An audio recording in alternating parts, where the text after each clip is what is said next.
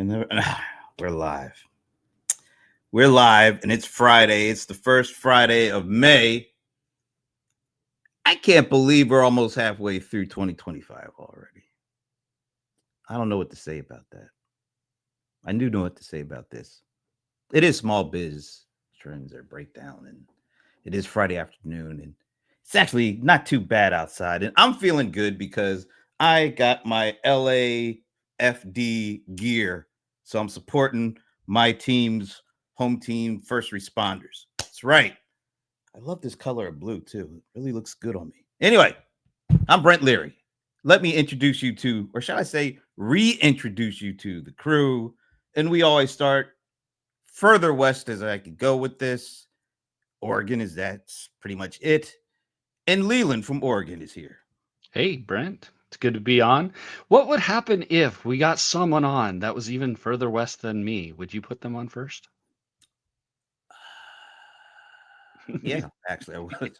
I don't know why I did the pregnant pause because I really would have. But we don't have to worry about that right now. We're very happy that you are the furthest west. And then I actually zigzag. I'm going to go, I think, the furthest east. And that would be sitting in New York / New Jersey, the one and only Ramon Ray. What's up, Brent? Good to be here. Good to be here, Leland. I hope everyone is well and doing good. And I feel fantastic and blessed. Was in London and Budapest, and now I'm here. So good to be here in my seat. London and Budapest. International. I'm talking about Hungary. Did you say hello to Viktor Orban, or I did actually. We met together and discussed the things that the thing that John Lawson loves to talk about. We discussed that. I was going to say something, but I'm just going to hold off. Yeah.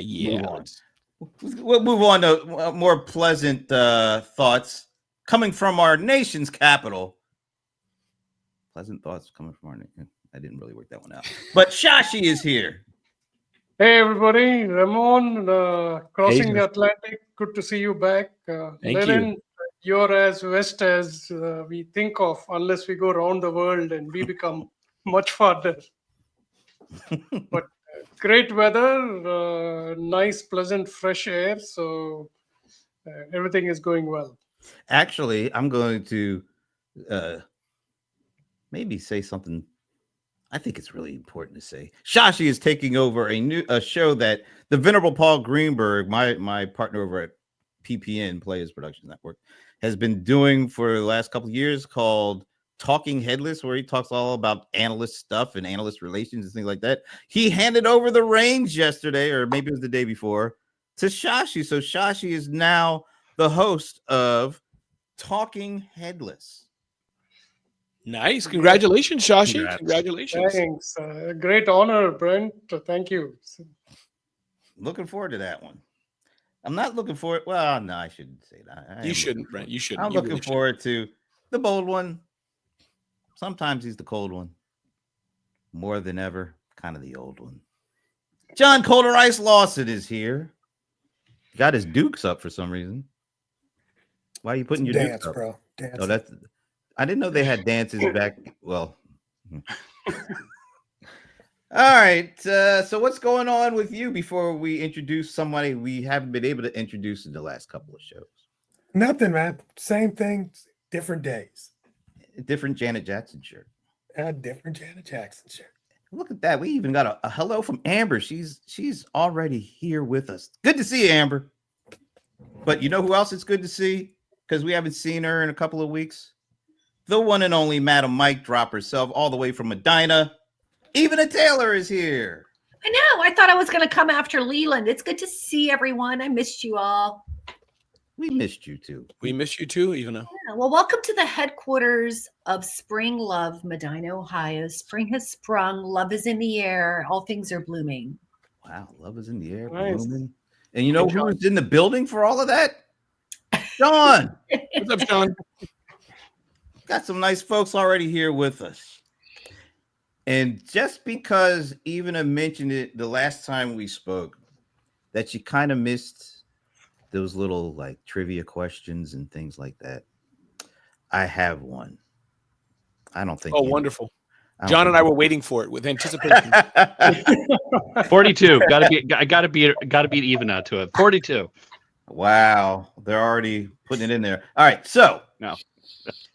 Microsoft announced their earnings. I think it was either Tuesday or Wednesday. Either way, it was a blowout. I think they made 50 billion in revenue or something like that in just the quarter. You wonder where do all these people talk about the recession and see these numbers? Facebook or Meta, whatever, they also blew it out. I mean, all these big tech companies don't seem to be having any issues, but I digress. So I'm starting another show I call Digging in the Scripts, where I actually go through the earnings calls, the transcripts of all the stuff, and try to find some interesting things to point out and kind of go at for a little bit. So I did find something that I don't even know how they come up with these numbers. But anyway,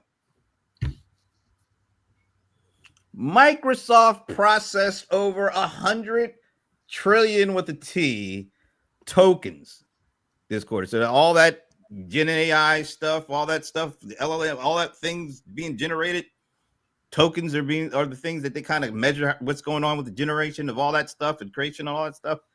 Last quarter, 100 trillion tokens, up 5x year over year, including a record blankety blank trillion tokens last month alone. Would you care to guess what that number is, that record number for last month in terms of total tokens generated? 30 trillion. If I'm getting the math right, meaning 100 trillion in 4 months, January, February, March, April. Correct? Well, we'll wait and see. It's got to be a little bit more. It can't be just a straight 1/3. So it's got to be, because it's a record-breaking amount. So I'm gonna hit 40 trillion. You're But not going to say 42? I know. No, you're gonna say- I'm going to give that to you, even. I'm going with 30 trillion still. I'm going to stick at 30 trillion. I wasn't doing it because the third Leland, my assumption was it was less and less January, February, March, and then it scaled up in April, but we'll see. All right, so we got 40 trillion from Ramon. Come on, who that was else? me. Oh, wait, yeah, you're 40. 30 trillion from Ramon, 40 trillion from Leland. Yeah. All right, Shashi. I'm going to say 30 of them came from people saying thank you to their chatbot. Melting the GPUs with thank yous. just melting those GPUs down with thank you. What a nice thought that would be. We all know that ain't the truth, but anyway, so we got 60. So we got 30, we got 40, we got 60. Even in Mr. Ice. All right, I'll say 43. 40. Oh man, everyone has taken mine. I'm going to say 52. Oh wow. She I was going to do 42, but first I was going to say 33. Then Ramon comes in at 30. Then I was like, okay, I'm going to say 40 something. And then Leland comes in. So I got to find, what did I just say? 50? 52. After all, I don't even know what I he did. 52. I feel All like right. such an idiot. I feel like an idiot. I feel like I wait a minute. So we got 30, 40, 52, 60. I think that's it. All right. So the answer is Ivana, you were the closest. Wow. You were the closest. And thank God we're not doing Price is Right rules, or you wouldn't. I would have gone over. Yeah, that's right. I win. First of all, do these numbers even compute in your mind? Like, do we know what 50 trillion actually? I mean, this is unbelievable numbers here. Well, actually, a token is 70% of a word. So do the math. That's nice. That's good to know. Okay. That's but I'm talking about trillion with a T. I mean, that's right. nice. But I'm just saying. So that's if you nice math. Multiply that by a third. Yeah, but do we really know what a trillion is? Let me just finish. It's 130 trillion words. 130 trillion words. Yes. We're not talking about words here, though. We're just. But what I think would be great to know is how many of this is in the Bible or at Encyclopedia Britannica, something that we all know. That'd be great to have that juxtaposition, to know. Yeah. I mean, 50. I mean, these numbers are so astronomical; they all sound ridiculous. Okay, that's a good one. Yeah. So 50 trillion. John, are you surprised at that kind of number? That's just from Microsoft? We're not talking about from any of the other, foundational players here. It's crazy. And most people still don't know what the hell this thing is doing for them yet. So, There's 95,000 words in The Hobbit. Really, that's it? I know. So that just gives you an Wow. Okay, that's actually 90,000 words in what? In The Hobbit. Oh, okay. Just that set, not the whole trilogy. Not the whole trilogy. Yeah, just one book. Jeez, that's pretty. Okay, I like that. So, all right, I thought I'd do that. Now we get back to a little bit of business here, because there has been some pretty significant. This was a pretty big news week when you think about it. So just today, let's see what we got here. I think I go with this view. Yeah. So we had a new jobs report come out. Matter of fact, I think I got even. Let's see what's this. Yeah. So I just typed in. I'm using that AI mode for Google, and I just said, what's going on with the latest economic news? So today, April jobs report came out higher than expected. 177,000. I think they were expecting like less than half of that or something like that. More than double what they were expected. I love the way that these headlines are phrased. If you look at CNBC, just says, "Hey, U.S. payroll growth total 177,000, defying expectations." That's like a positive spin on it. Mm-hmm. I don't think I got the one that was the MSNBC spin, which was jobs report better than expected. But that's before the tariffs.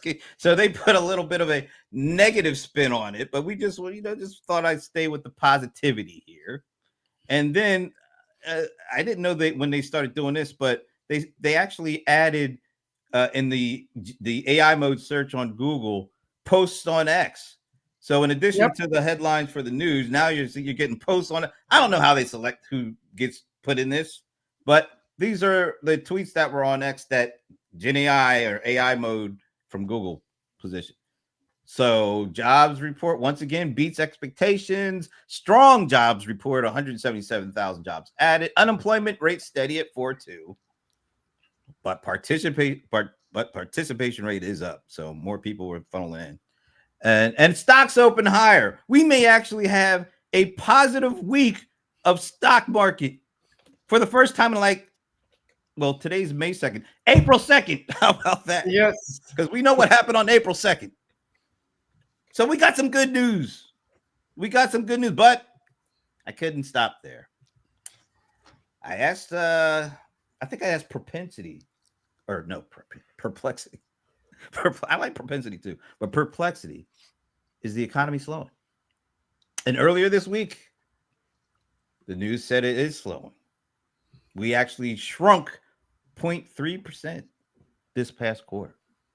So we got a little bit of mixed signals here. Do I have anything else? Oh yeah, gotta point out earlier this week, confidence report came out. Not looking good from the confidence side from the U.S. consumers. It's lowest in 5 years for consumer confidence, but look at the expectations. Our expectations are terrible. Lowest in 14 years. Wasn't that guy Obama president at that time? I can't remember. Anyway. So laid out a whole bunch of numbers there for you. So I get to ask what I usually get to ask you guys. How you feeling this week about things? Let's see. Who wants to go first? Any volunteers? I think Leland does, and then I think Ivana wants to support what he's doing. I love how Ramon started volunteering others for. Well, he likes to sign others' books, so That's a good point. Yeah, a good point. So I'm going to make a executive decision. Since Ramon tried to pass it off on other people, I'm passing it off on you. Where are you? What? Yeah. I feel good this week. I feel great. As I said at the beginning of the show, I was just in London, and then I went to Budapest visiting my son. So that small little unscientific nugget, a room full of 1,000 people who bought tickets over $500, $600, $700, all talking about growing their businesses, getting their business to the next level, which is a small bubble. Admittedly, it's a small fraction of the average small business.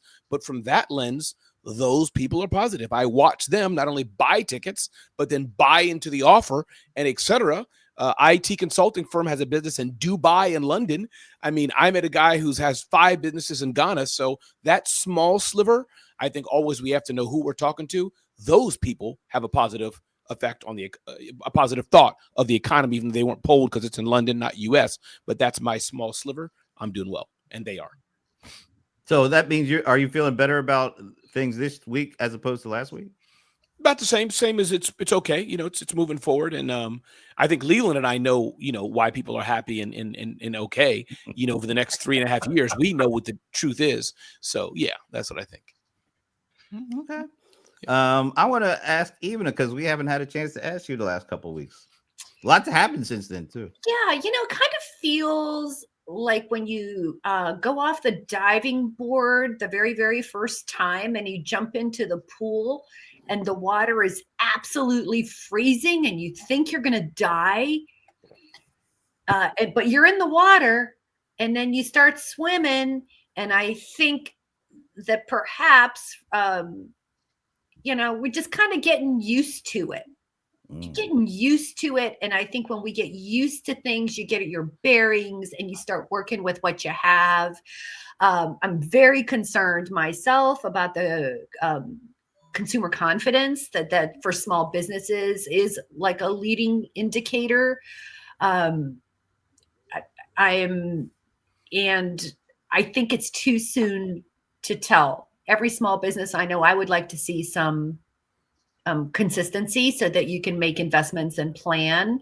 And right now, the audience I'm interacting with has that underlying optimism and at the same time is really afraid to throw money at products and services. They're hunkering down still. I'm seeing hunkering down, but that's, again, just like Ramon said, right? We're all like in our little bubbles, and that's just mine. All right, Mr. Ice, what is your little bubble looking like this week? Yeah. First, I want to remind everybody that this, of course, as our president said, this is Joe Biden's economy.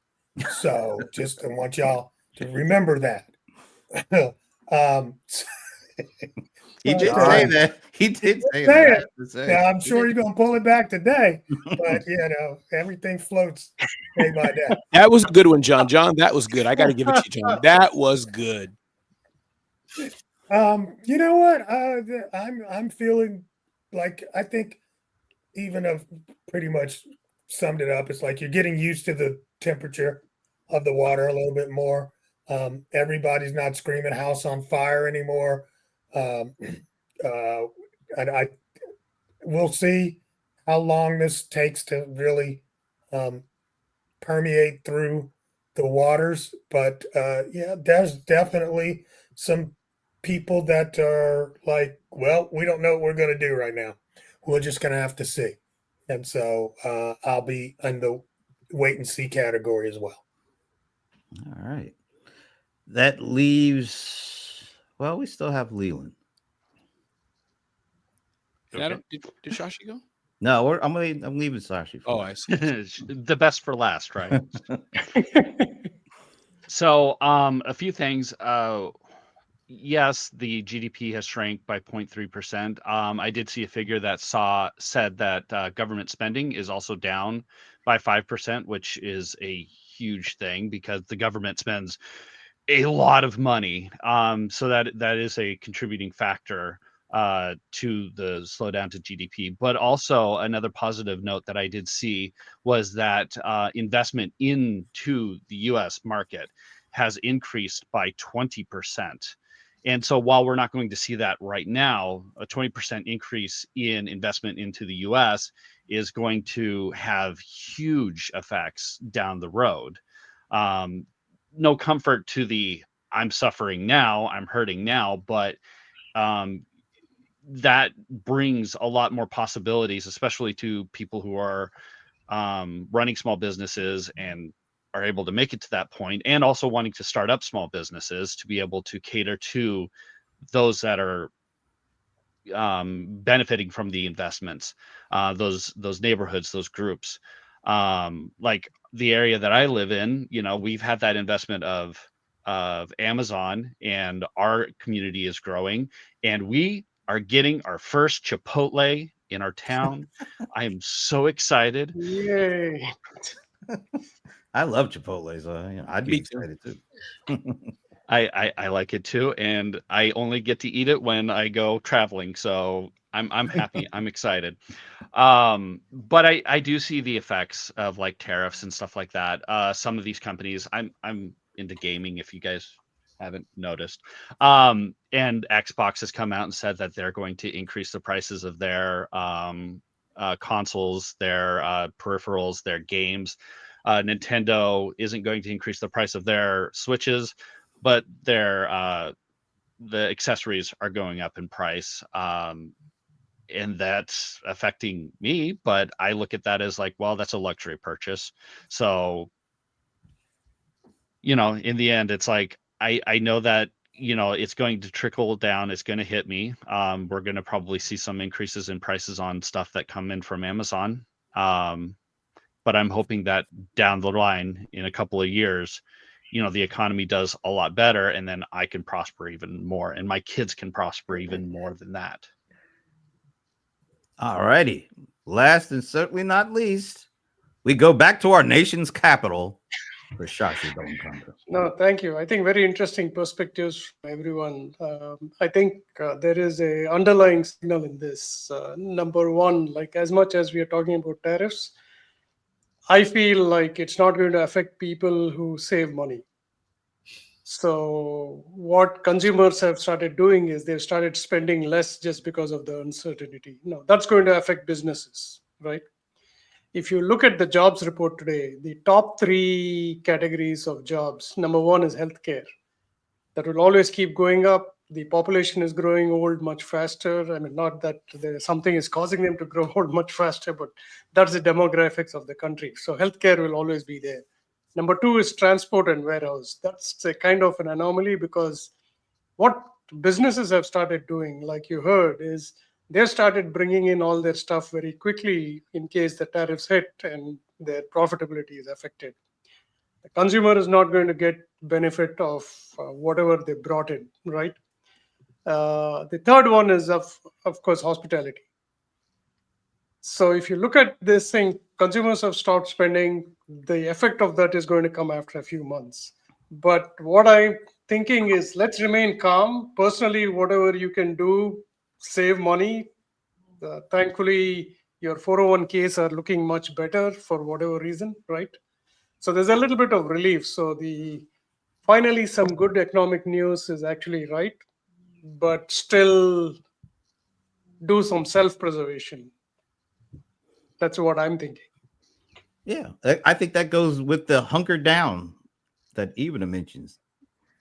Self-preservation, hunker down, keep your head down low, keep calm, and whatever that last statement is. I know it's. I mean, just to add something, right? Like the last 3-4 years, ever since this disposable fashion economy came, I think we could do without that.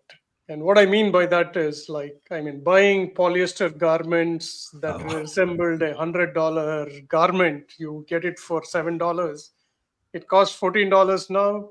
Big deal.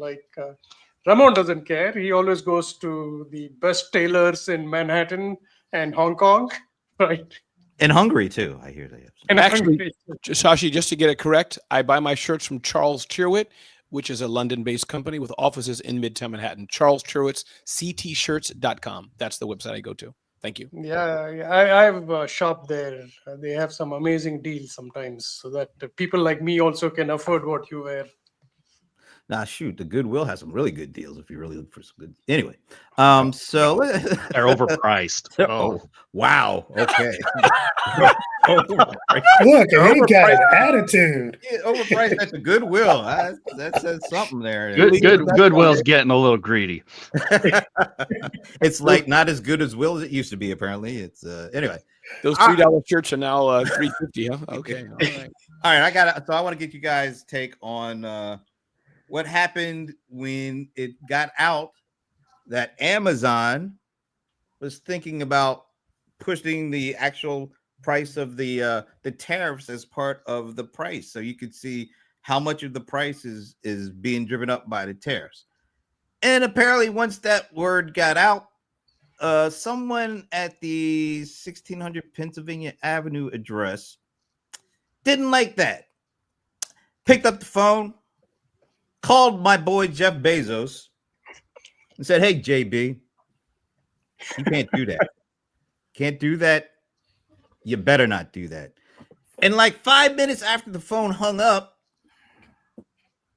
announcement, a press release came out from Amazon. We weren't even thinking about doing that. I don't know where you got that idea from. We like doing it the way you want it, sir. So if that was true, that they were going to do that, a phone call was made, press release came out saying it wasn't going to happen. How do you feel about that? How do you feel about that whole scenario where a company, a publicly traded company in a capitalist society was going to do something, and somebody in the government, well, not just somebody, the top person in the government says, "I don't like that. I'm placing a phone call. You better not do that or else."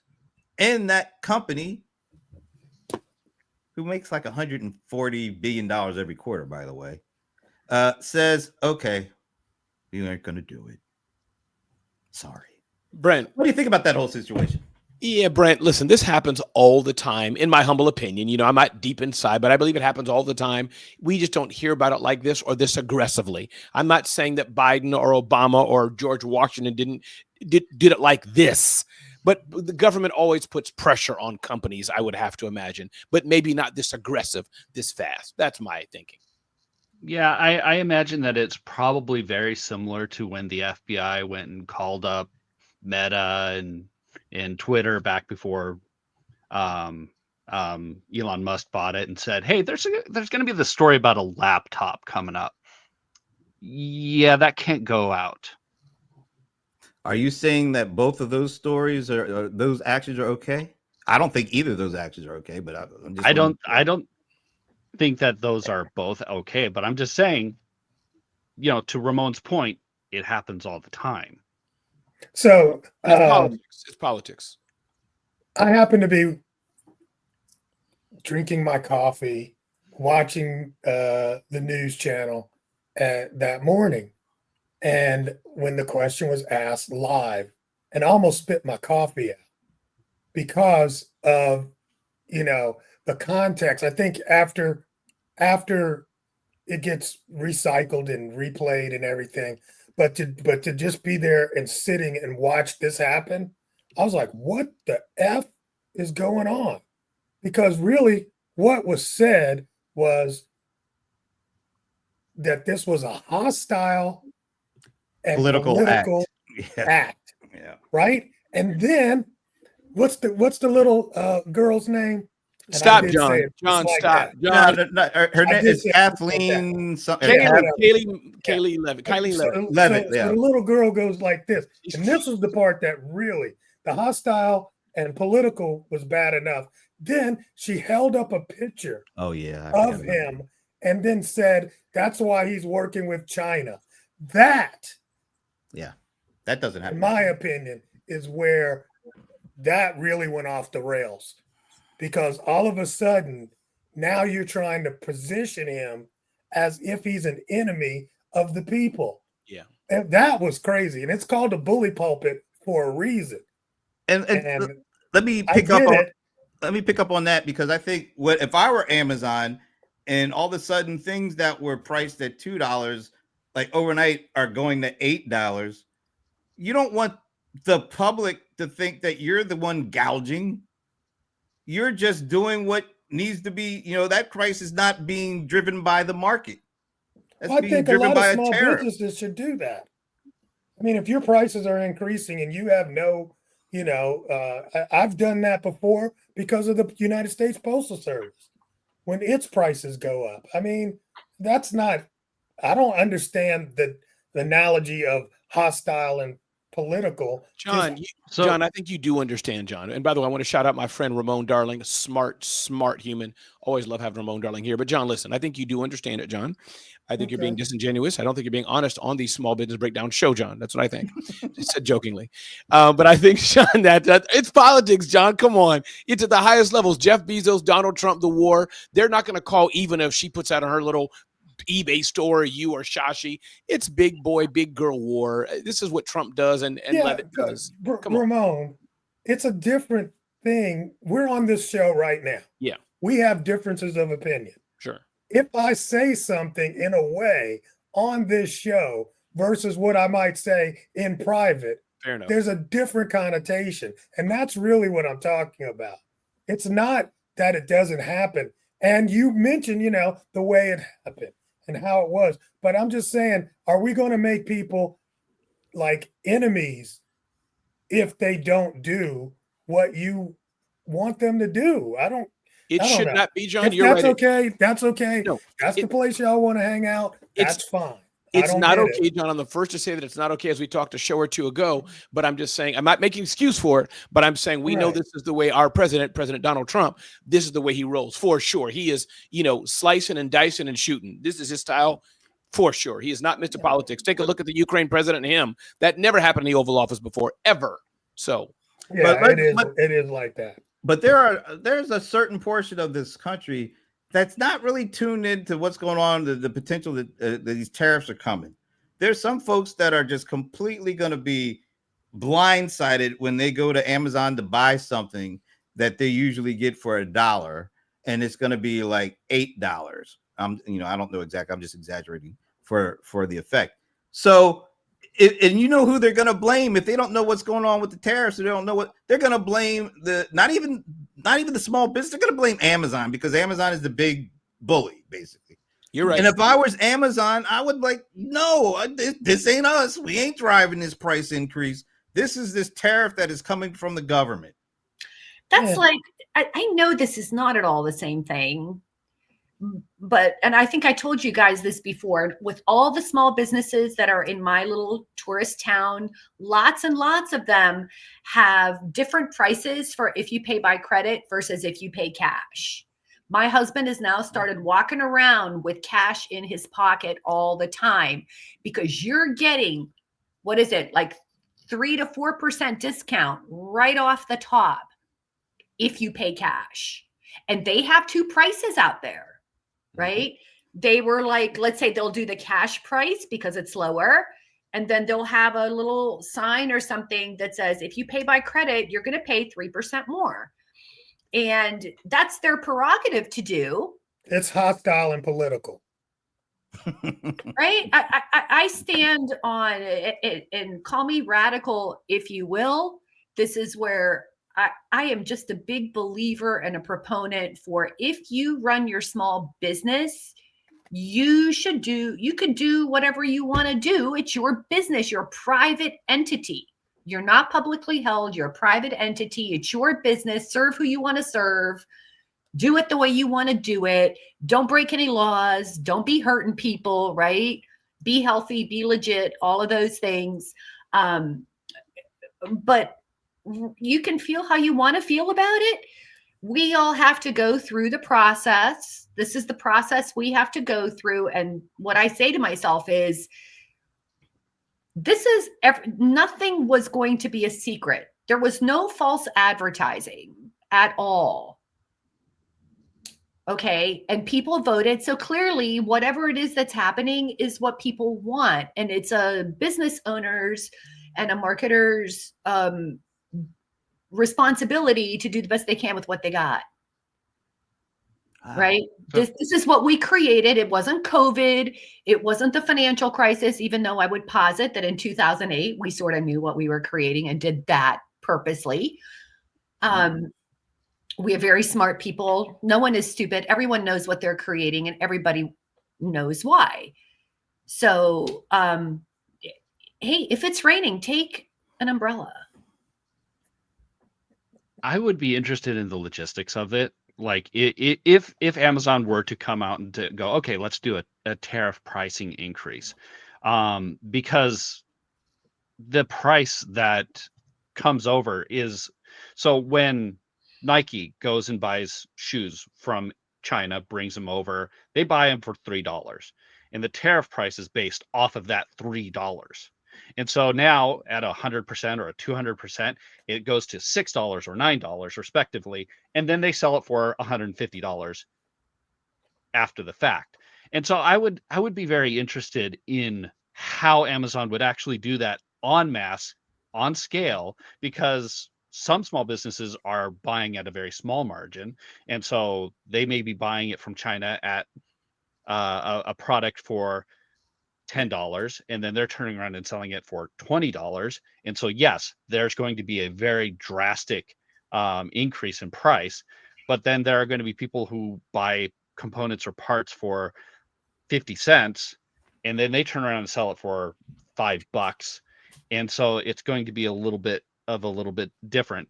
And if they were to do that, I would love to see what is the markup for Amazon, because they take out a pretty big chunk. And if we're going to do, hey, this is what your tariffs are increasing, also say, hey, when you're buying it through Amazon, this is the chunk that goes to Amazon as well.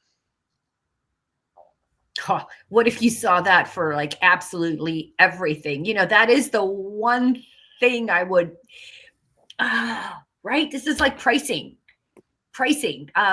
So for example, and I don't know why this is. If anybody knows, you let me know. Apparently, oftentimes, a washing machine, oftentimes pricing will go up on a washing machine because the component's more expensive and so on and so forth, right?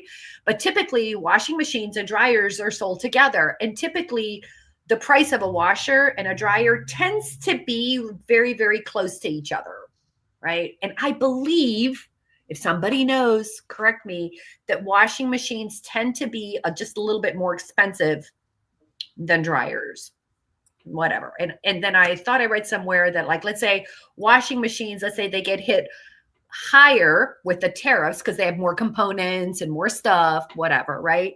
So let's say if your washing machine now costs, let's say it costs $600 plus the tariffs and whatever, right? Let's say it goes up to $1,000.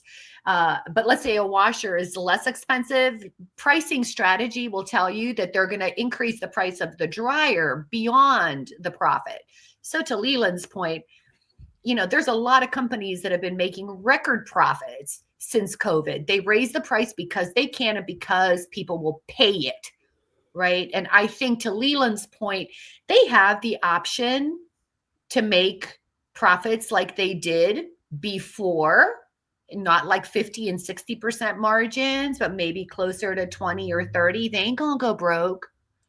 But the question is, are they going to do that? And to your point, Leland or Brent, would companies want to show their profit margin? Would they really?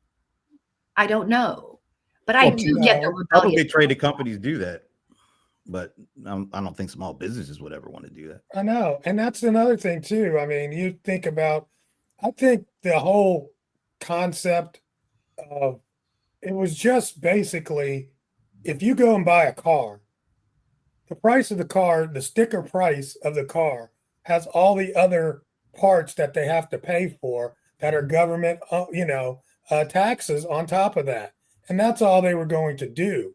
And I think if you think about it, more than 50% of all products sold on Amazon are sold by third-party sellers, usually small business owners. And I think they were doing that, or the concept would not be to protect Amazon's margins, but it would be to protect the margins of their third-party sellers, so that the third-party seller wouldn't have to increase the price of the product. They could just own up to, we're paying extra in import tax. Yeah, either which way, to me makes sense. Either way, if they're doing that to protect the small business guy or to protect themselves, from a business perspective, it just makes sense.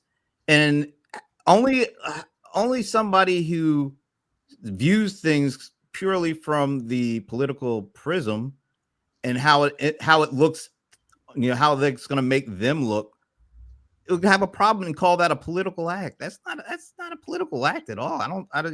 It only is that when you are the one that does not want to be on the hook for the responsibility. Yeah, I think, Brent, to your point, if this was not a deeply political environment, because it's always political, we just don't hear about it like this. Again, President Trump is the most uniquest of uniquest presidents, and John's friend, Kylie Levitt. But point is, Carolyn Levitt. Yeah, her too. Kathleen and Kylene, all of them. Shashi. Sisters. But I actually have something good to say about her, but I'll okay, let that's you what. finish. Yeah. Oh, yeah. Well, I can too. I'll join you. That we can help John with that as well. But point is that like during, I love you, John. During COVID, right? We people did put things like that, as I recall, because of COVID. We've had to do this, explain it. Nobody complained, right? So I see your nod, or even to see you're right. This is a politically charged environment, and that's just what it is. And I'll be the first to admit that. There's nothing like it. It's the uniquest political we've been in a long time, and that's the way it is. But going back to profits, I think I'm not sure if that's what you meant, Brent, but I know you said it doesn't matter or something like that, and I agree with you. If that's what you meant, Brent, nobody's talking about profits and how much profit we're making. That's not part of the equation. I don't think that's necessary. Nobody wants to do that, notwithstanding publicly traded companies that do it behind the scenes in their reports. I'm talking about nobody wants to say, and we make 30% on your shrimp, red lobster, or 50% this. That's a separate issue, how much profit any company's making. Shashi, what do you want to say? Yeah, so I think we all got into the trap that is exactly what the president is looking for to remain in the news. For example, I mean, Amazon, in my opinion, has no what's the word I'm looking for? Has no incentive to show anything about how much they make, how much is the profit, how much is tariff, and how much is taxes, right? You just look at one price. In fact, the customer experience is much better when you just look at one price. In fact, if you put the tariff there, it might have been a good marketing ploy for everybody else to put a label saying no tariff, that's why we are cheaper, right? So, I mean, I think like him calling Jeff Bezos, who was probably in some Caribbean island on his 500 million yacht, and he's Or in saying, space. Donald, I don't know what you're talking about, but let me find out, right? And then he calls somebody and says that, yeah, we were actually having a boardroom conversation about this, and we haven't decided yet. And there's a press release. Now, it's a victory for the president. Like, hey, I've got the power. I can call one of the richest people in the world. But if you look at the businesses, like I'll give you my favorite example, and even I want to touch on the washer dryer also because I bought one just in the past few weeks. Oh, great. My this thing of measure is beer. So I buy Belgian beer. The price has always been the same. Last week I noticed the beer is actually brewed in New York. No. Right? The price didn't change whether it was from Belgium with all the transportation costs, and the beer guy didn't put a sign saying no tariff, no transport. Here's $2 less. So I think the way that people are going to buy will again depend on do they want to spend the money or not, which is the best value for them in terms of money. Yes, if things get very expensive, they're going to spend less, right? Now, the same thing happened to washer and dryer. In fact, I mentioned it a couple of weeks ago. A lot of these washers and dryers are made here because the government forced them to say, like, hey, we're going to put a law. And this is like different political parties. That's why I think whatever we're discussing, like to take the politics out of it, because so they started making a lot of these things in the US with parts, obviously, from all over the world. The price didn't come down.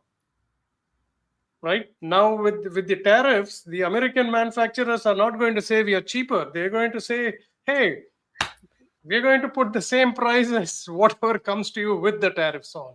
So you, as consumers, we only look at one price. How much is it going to cost me? I mean, John, your example of cars, so confusing, right?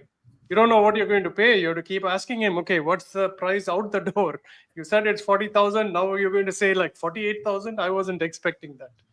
So I feel like the price, irrespective of whether the president talked to the richest guy in the world, the price is going to be what the merchant wants to set and what the consumer wants to pay.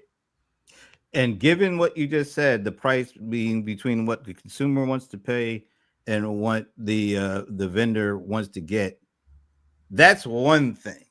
And if that is on Tuesday, $5. That's the price that everybody is happy with and has been happy with for a while. And all of a sudden, that $5 product goes to 20 overnight.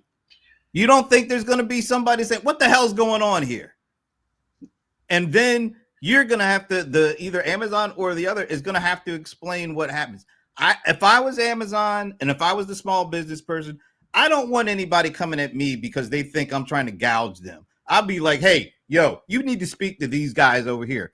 They're the ones that enforce this tariff thing." That's all. That's what I was saying.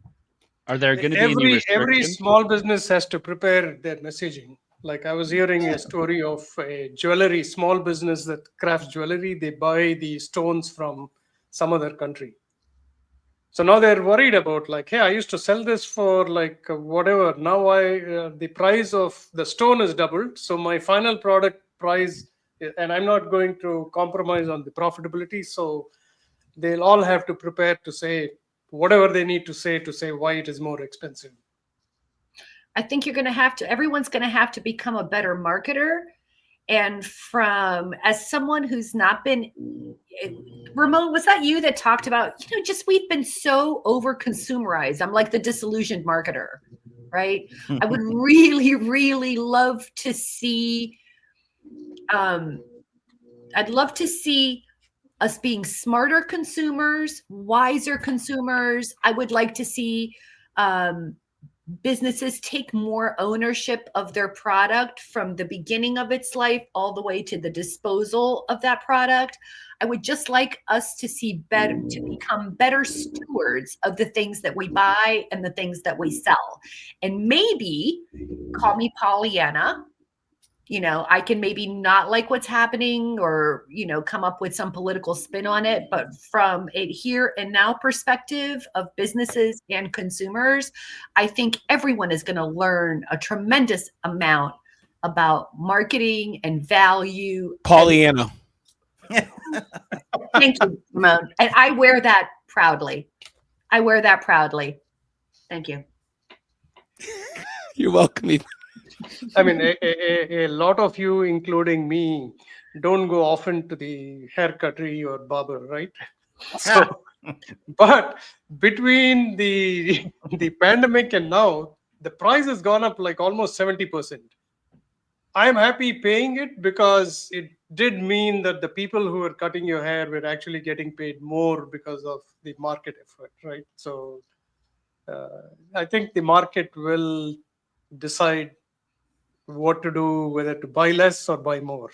But Shashi, you could have gave a tip, Shashi, to I mean, I just wanted to come. I hear you, and you're a great guy, Shashi, but you're happy because they could earn more. You could have just gave a tip on barbershop, and the reason that's what tips are for. Yeah, come on, Shashi. But let me. So I just want to make so if something you guys are used to paying for $10 overnight goes to 30, you don't care. You just like, oh, I guess I'll just. Well, I mean, come on, bro. It's going. I'm going less to the barber. What do we buy? Nothing we buy is going to go up that high. That's not realistic. All right. China stuff from China is what 145% increase right now. 145%. So that's more than a double. That's a 2.5. They keep taking things away, right? Like computers. So, I'm saying less. That's why he keeps on taking certain things out of the tariff. Could you imagine if you have to pay that kind of tariff on an Apple product? Oh, it ain't going from $10 to $30. I'll tell you that much. Just saying. Well, remember, it's based off of the price what they're buying it from China. So the cost of manufacturing it, not the sale price. Not the sale price. And so, Apple's $1,000 MacBook is not all of a sudden going to become $2,500. It's Apple buys that MacBook for $200. They buy that stuff dirt cheap because they get themselves some nice cheap labor. They bring it over for $200. Now all of a sudden they're paying $500. So they are buying it for $500 from China instead of $200. And so they may just tack on that extra $200 or $300 onto the end. And so your $1,000 MacBook is now $1,300. Yeah, I don't think that's the way it works. But let me just give y'all, because I think you guys let me just give you the breakdown just a little bit. Give us the breakdown. It is small biz Yes. breakdown. Damn it. If it's Yeah. $100, let's say there's $100 product that you buy. Of that $100, let's use, around, Leland's numbers, around $20 to make the product. Okay. That leaves $80 on the table. Now, if we take that $80 also is the amount you pay for the rent for the place that you're in. That's for the people that you work for. That's for insurance. Part of that is taxed, and all of that. After all is said and done, most business owners take home 15 to 25% of that $100. So it's not like people are sitting around going, "Ooh, we made $80 off of $100 thing." That all of that, there's all kinds of costs that are involved after the product arrives on shore. You got to pay for advertising, all that. So, but the deal is that what happens now is that product that used to cost me $20 is now costing me $45. So now all of that room in between that I was paying all these people, doing advertising with, paying my mortgage with, and all of that, now that is shrunk. And now these businesses could be underwater or in jeopardy because there's no room left over for anybody to make any money and do business. And then that's what's happening. On the consumer side, you multiply that one product that you buy from that person to like 15 because you got to be doing that same type of thing with all these other vendors that are bringing other products that you like that are going to see similar increases. I And mean, I those don't know how costs you that do you that. talked about are going to go up, John, right? Like you're paying. Yeah, and- all the other parts going up too. Yeah. Right. So like, let's say I'm just going to simplify things. You're paying utilities. There's like HVACs. Those have to be repaired. Those parts have to come from somewhere. Those costs are going to go up. And those costs are going to go up. And I can't imagine anyone not. I think that a laptop that costs $1,000 can easily go up to $2,500. And if you need a laptop, you're going to be saving your money and you're going to be buying a laptop. And we're going to go back to where when we lived in Serbia, before it was Serbia, when it was Yugoslavia, people you had like a couple pairs of pants and a couple shirts. You did not have a car. You did not have a lot of things. And I think that we're going to go back to that type of, excuse the expression, Great Depression lifestyle where you are focused on necessities and each business will decide what their necessities are.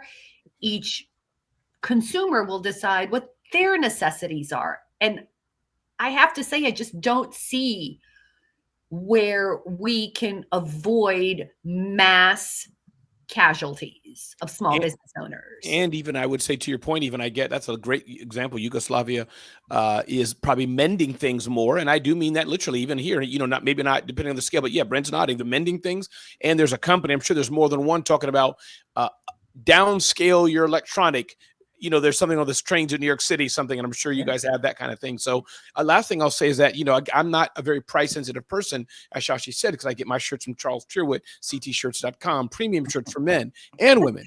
But I went to get Chinese food for me and my wife last week or 2 weeks ago when she said, didn't recognize you. Yeah, when she said 50, they recognized me. When she said $55 for a meal for two, that gave me pause. I said, Well, really? where did it come from? What was it normally? like down the street, egg foo. No. What was it normally? 55 from. Oh, that's maybe right. I thought it sounded like it should have been 30, 40, John. It went Okay. Wow. really high. Take for two. 15. In New 20. Jersey, Ramon doesn't know. He just gives his card. But Chashi, you're right. But the number 55, just something. Yeah. 55 for two people. For takeout Chinese. He for went two from people. being oblivious to prices to like, damn. What the hell? Brent, that's exactly how I felt, Brent. I stopped the lady and she knows me, but it was a smile talk, like I wasn't angry literally, but I was like, 55? And she said, yes. See, and that's Ramon. Just imagine people who are very price sensitive because they have to be.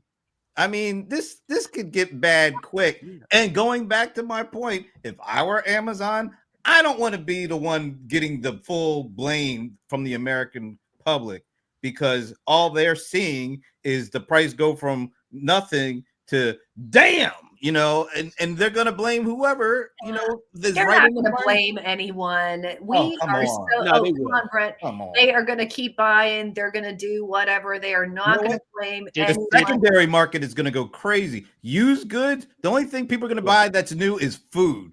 Everything else is going to be used stuff. Well, Brent, to that point, let me tell you how you can get discounts at a Chinese Opportunity. restaurant. If you bring your own plates and you bring it right to the stove and you scrape it from the pan of your plate, they'll give you 20% off. But there's markets in that. We were talking about people having a career as a creator. I found this creator and I just love her. She's like, people are making their own like coffee creamer. She's like, people are really getting. No, come on, to- even. I kid you not. But they're not selling it. They're just making it just for themselves, right? We're just making it for themselves. I mean, I have seen, I don't know if I'd call it a trend, definitely since COVID. I think COVID put it into high gear, but people have been wanting to get more in touch and more like minimizing their purchases. I think COVID taught a lot of small businesses lessons that they wanted. Remember, Brent, we talked about they wanted the slush fund. They wanted to have this sense of security, because now we know that disruptions are going to happen like every 18 to 24 months. That's funny. You're right. That didn't It's all- last, did it? That didn't last at all. No. Right? It's Go ahead. It's called cottagecore, and yeah, it was a huge trend back then, and there are still some people that kind of glom onto it, but it was about like baking your own bread and making your own butter and Yes. milling your own grain. There's an Amish woman that's got like millions of followers on TikTok. She doesn't like to blink when she cooks, but she makes all this Amish food in her little Amish outfit. It's amazing. And I'm just saying. What? Yeah. But You're what does not she do if supposed to she's be live fucking streaming and the with power goes out? Even what happens if she's live streaming and the power goes out?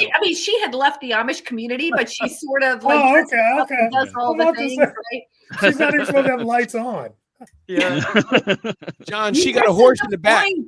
tribal on a generator. You're missing the point, right? The point is that there is, I think small business owners need to pay attention, and there is a trend out there that yes, people are going to be more aware of the price, and you're going to have to shift your messaging over to something that's more like like this is how to do this, more necessity based, more like bringing value to people's lives. It's not going to be easy. It's just not And going to more be quality product too. more quality I'm not going product. to buy over and over again. I think we're going to go back to where we were. Remember how like those I follow another person that does these like refrigerators from the 40s and the 50s, and people are still selling those because they run. They're refurbishing refrigerators from the 50s and the 60s, and they are Gotta go selling catch it. And they're just as efficient as the modern ones. I saw a video and this guy about that. Are you plugs really? in like the like 50, 60-year-old fridge. Like I think one was even older. It was the smaller kind. It made a lot of sound, and they were drawing the same amount of electricity as the Wow. big modern one. Wow. Crazy. Wow. People are doing that with cars now too. They're taking like classic cars and making them like battery operated or hybrid. They're like doing things. I don't know. I'm as you know, I do tend to like to see the positive in things. I've just decided that no one's going to be happy with anything until it's completely broken, and then we build something that works. Did And you Brent, if you want to make this show go on for another hour, let's talk about the GDP shrinking. No, we're not No. doing that, Shashi. we're not doing that today. I mean, believe me, this has been very interesting, but we beat the whole hour up on that. I didn't plan on that, but it was great. It was a great conversation. Yeah, you did. We know you, Brian. Yeah, whatever. But we have come to the end of this particular episode. So, final thoughts. Let's go with Leland first. I like, even as Evena's message, let your marketing run, and tell the consumers why you are the better choice. Out of a sea of 1,000 people, be that element that shows, hey, I'm unique, I'm different, I'm awesome. This is the thing that is special, that pushes me off to the side. And this is why you're going to get yourself a high quality item or high quality service. Yeah, I'm going to steal your thunder, Ivana. I'm sorry. Wow, that's good when you're stealing a co. We're all co-hosts here. You're stealing from each other. That's not really stealing. That's just borrowing a little touch, little We thing. like it. I'm honored. Thank you, Leland. Ramon. What I learned from still high on my London trip was continue to build amazing relationships. I got a ride in a London police car with London police officers. A Bobby? What's What that? did you do? Was it a Bobby? I suppose constable. Oh, a constable. Oh, okay. Yeah, and I just laughed and made a connection, and they said, "Hey, mate, we'll give you a ride to your hotel." So I thought that was great, and yes, I love what Amber said. So make connections, be good, make people laugh and smile, and be as honest as you can be, and just live life to your best. Nice, very nice, Mr. Ice. You know, just while we're talking, as a small business, there's opportunity here, I think, in upcycling, recycling, reuse, repurpose, downcycling, all of these things. You might want to check into some of this, because I think what is going to happen is that people are going to be more cognizant of how they spend their money. And there's opportunity here. Shashi. Yeah, I think don't sell on price, sell on value, and build relationships. Because if you're selling on price, if the price goes up, they're going to find somebody else. So figure out what value you provide to your products. And for the first time in a couple of weeks, she's back. Madam Mic Drop. I don't have anything new. I feel like my mic drop was the very last thing I said before you did the roundups. And then everyone already globbed on to my little pricing and value conversations. I'm feeling like really, really good about myself. All I'm going to say to add on to everything that everyone said is I'm going to say for the first time ever, I don't know that talking to your customers is going to uncover what you're going to need to be successful. I'm always saying talk to your customers, and I'm thinking talking to them is not necessarily going to work. I think you're going to have to do what Procter & Gamble does and really observe and look for and listen for the things that are missing where you can provide value. Wow, that was interesting. That was mic drop worthy, by the way. Thank you. I also like how you call them all globbers ons. I really like that. I think that's nice. I really enjoyed that we wrapped up with like pricing and value. So that's a personal favorite. And it's pricing and value in a capitalist society. That's the way it works here. A buyer and a seller agree on the mutual value they'll be willing to exchange, and they exchange it. Unfortunately, now we're going to have a little asterisk because the tariff thing is here, folks. Get ready, get used to it. Get your wallets out and try to guard it as much as you can. That's my 2 cents for this week. Thank you. This is great. Thanks to Sean, Amber, Ramon, Darling, of course, and also our darling Ramon here. Thanks to everybody. Great conversation. See you next week.